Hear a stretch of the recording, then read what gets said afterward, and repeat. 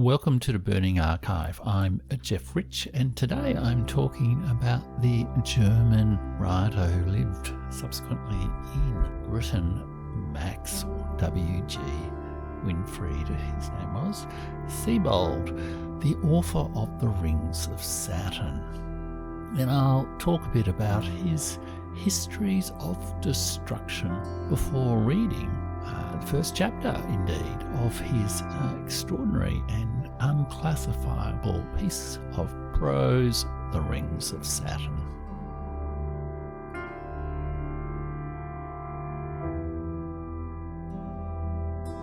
While walking through abandoned military facilities in East Anglia, the writer W.G. Sebald, author of The Rings of Saturn, imagined himself amidst the remains of our own civilization after its extinction in some future catastrophe.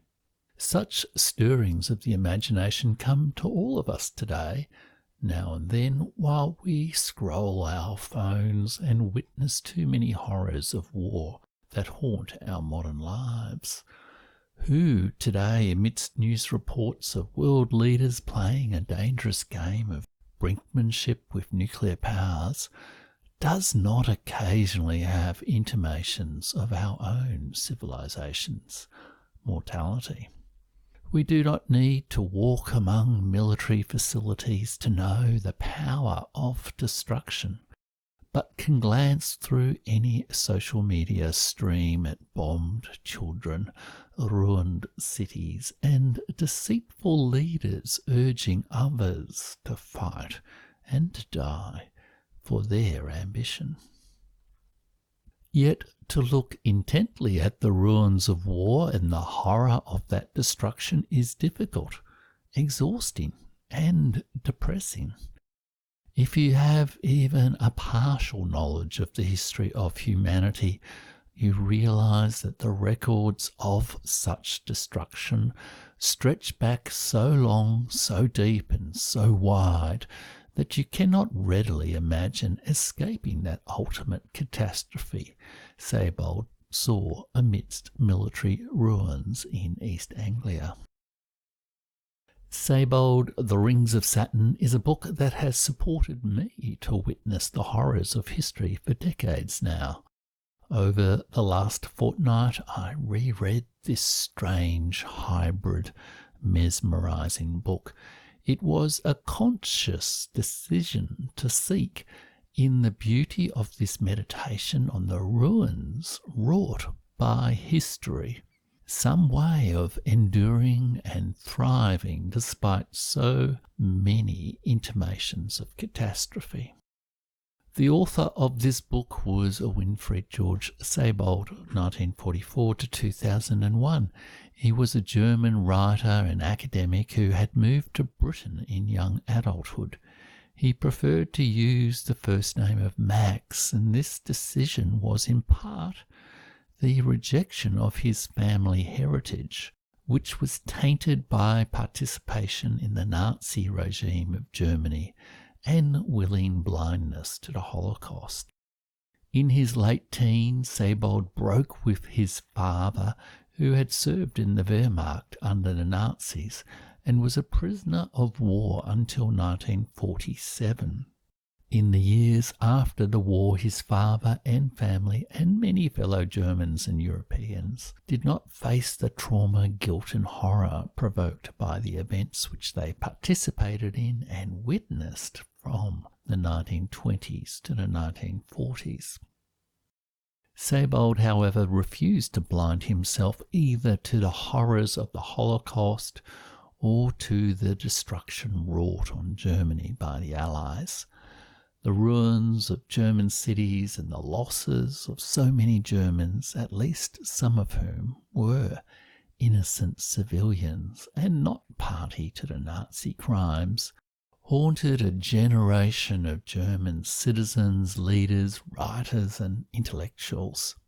How could they speak of German loss, trauma and suffering when Germany, or its leaders and allies, had perpetrated such war crimes?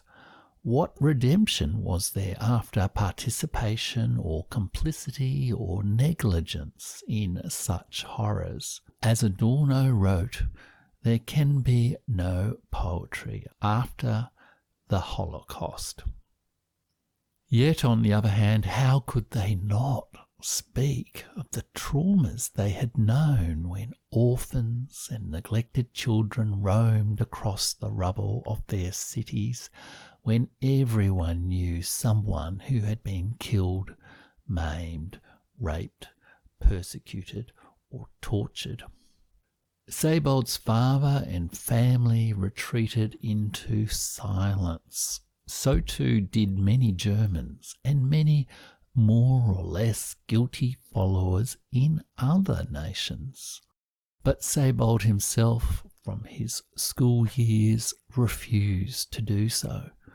While at school he was shown films and photographs of the Holocaust, he sought explanations from teachers, his family, and the witnesses of this horror. But no one spoke to him honestly, and no one knew how to explain what they had just seen. Nor did anyone speak frankly about the mass destruction by bombing raids of British and American Allied forces, consciously planned by Bomber Harris to terrorise the civilian population. These raids on 131 German cities killed 600,000 German civilians and destroyed 3.5 million homes.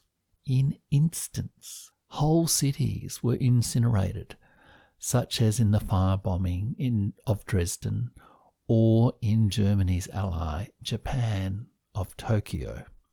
The destruction would culminate in the atomic bombs dropped by the USA on Hiroshima and Nagasaki. Sebald wrote much later in On the Natural History of Destruction, the darkest aspects of the final act of destruction as experienced by the great majority of the German population remained under a kind of taboo, like a shameful family secret. A secret that perhaps could not even be privately acknowledged. These themes of the destruction and cruelty that reached their pinnacle in the Holocaust, but are enacted in many other ways in past and modern civilizations, especially through warfare, persecution and exploitation of nature. These themes became central to Sebald's writing. He would write as a wandering alien from his country and an exiled citizen from his culture. These themes lay at the enigmatic secret heart of the strange book, The Rings of Saturn.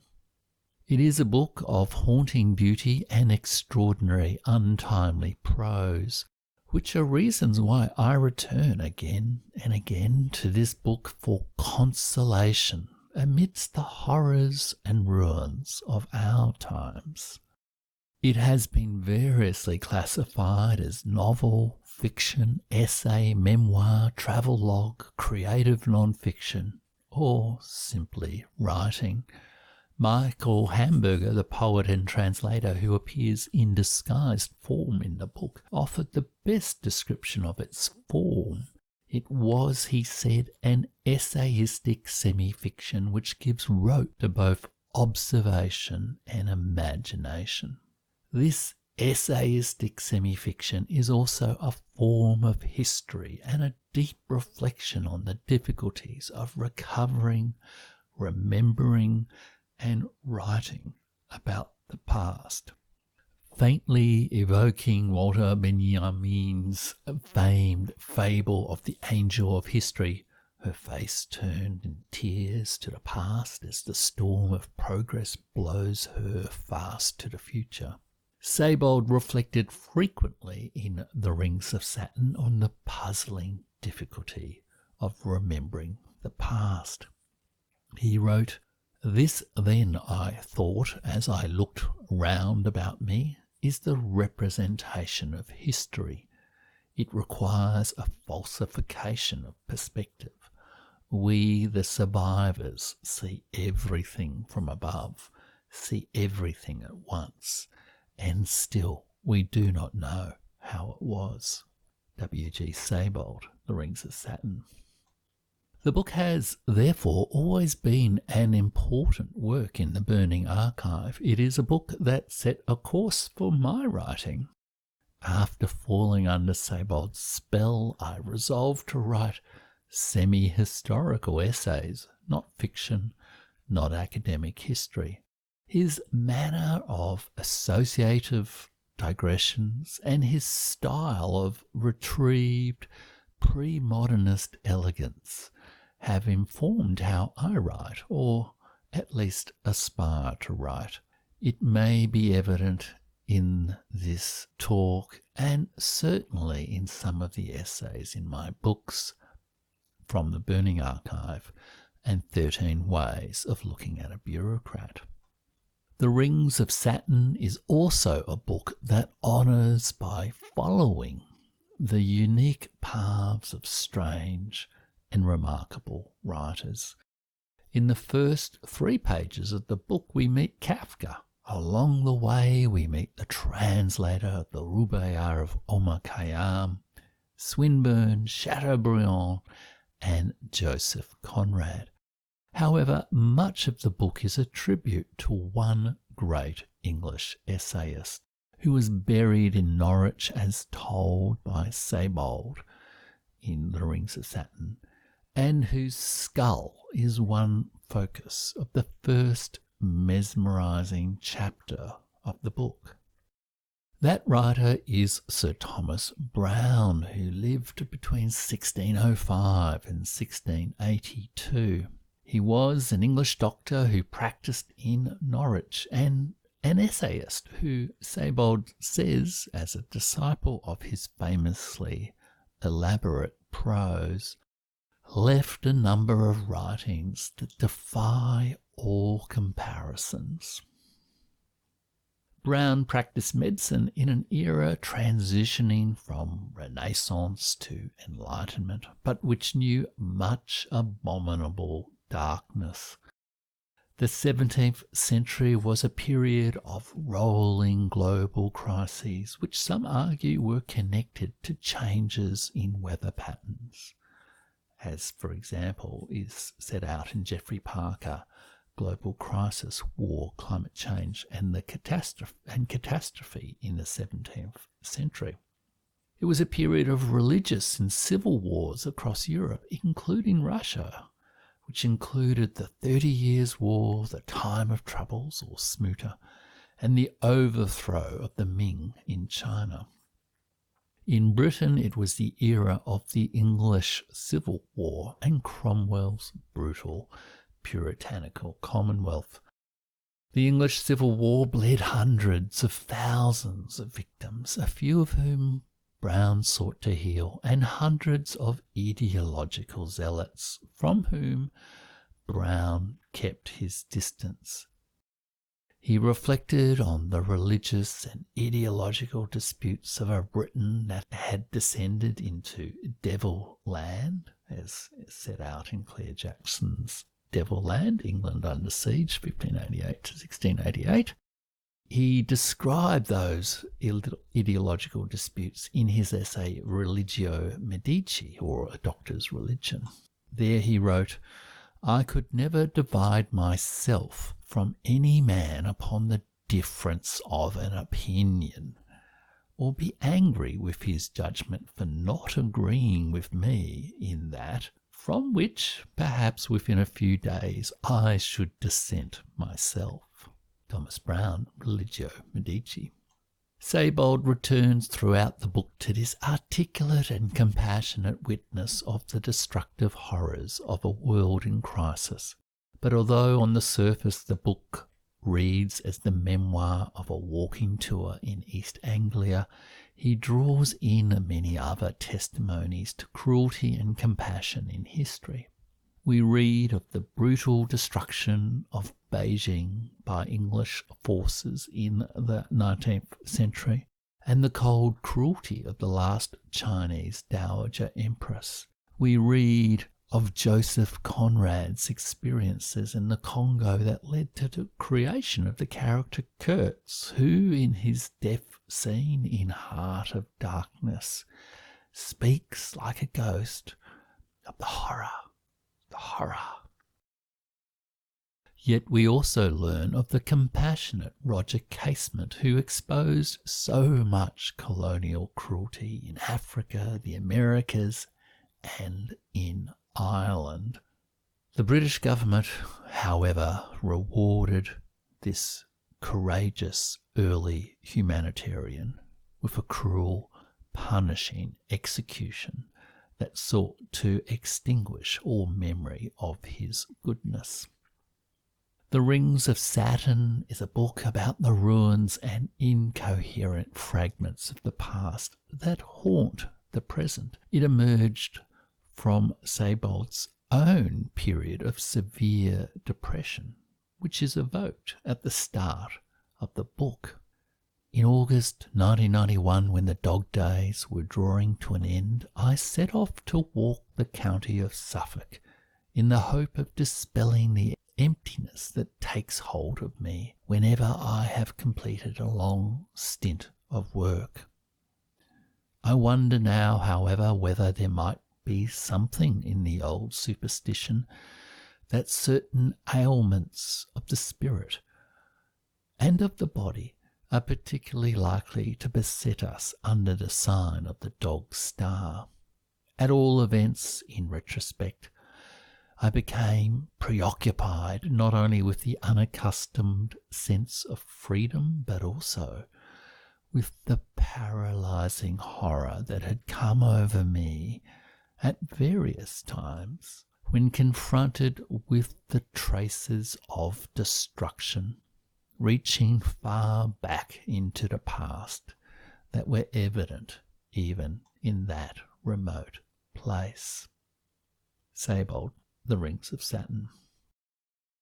But it is a book that transcends a personal response to depression and celebrates with melancholy the obsessive creativity of humanity in the face of our fellow humans' destructiveness. It does not shy away from our common impotence before our all too human cruelty. This spirit makes The Rings of Saturn a book for our times, as we witness with renewed horror and frightening weakness the tragic killing in Gaza, Ukraine, Yemen, and other bloodlands of the world. The generations who live today may share something with the post-1945 generations of Germany, some of whom, like Sebald, knew a profound alienation from the complicity of leaders in perpetrating horrors, and yet sought to rescue from the rubble of the fragile cultures that was falling around them something to leave behind that was beyond all comparisons. Perhaps even Thomas Browne, who wrote 4 centuries ago, has some wise advice for us, we sad witnesses of another tragic year, where life is more terrible than death. It is then the truest valour to dare to live.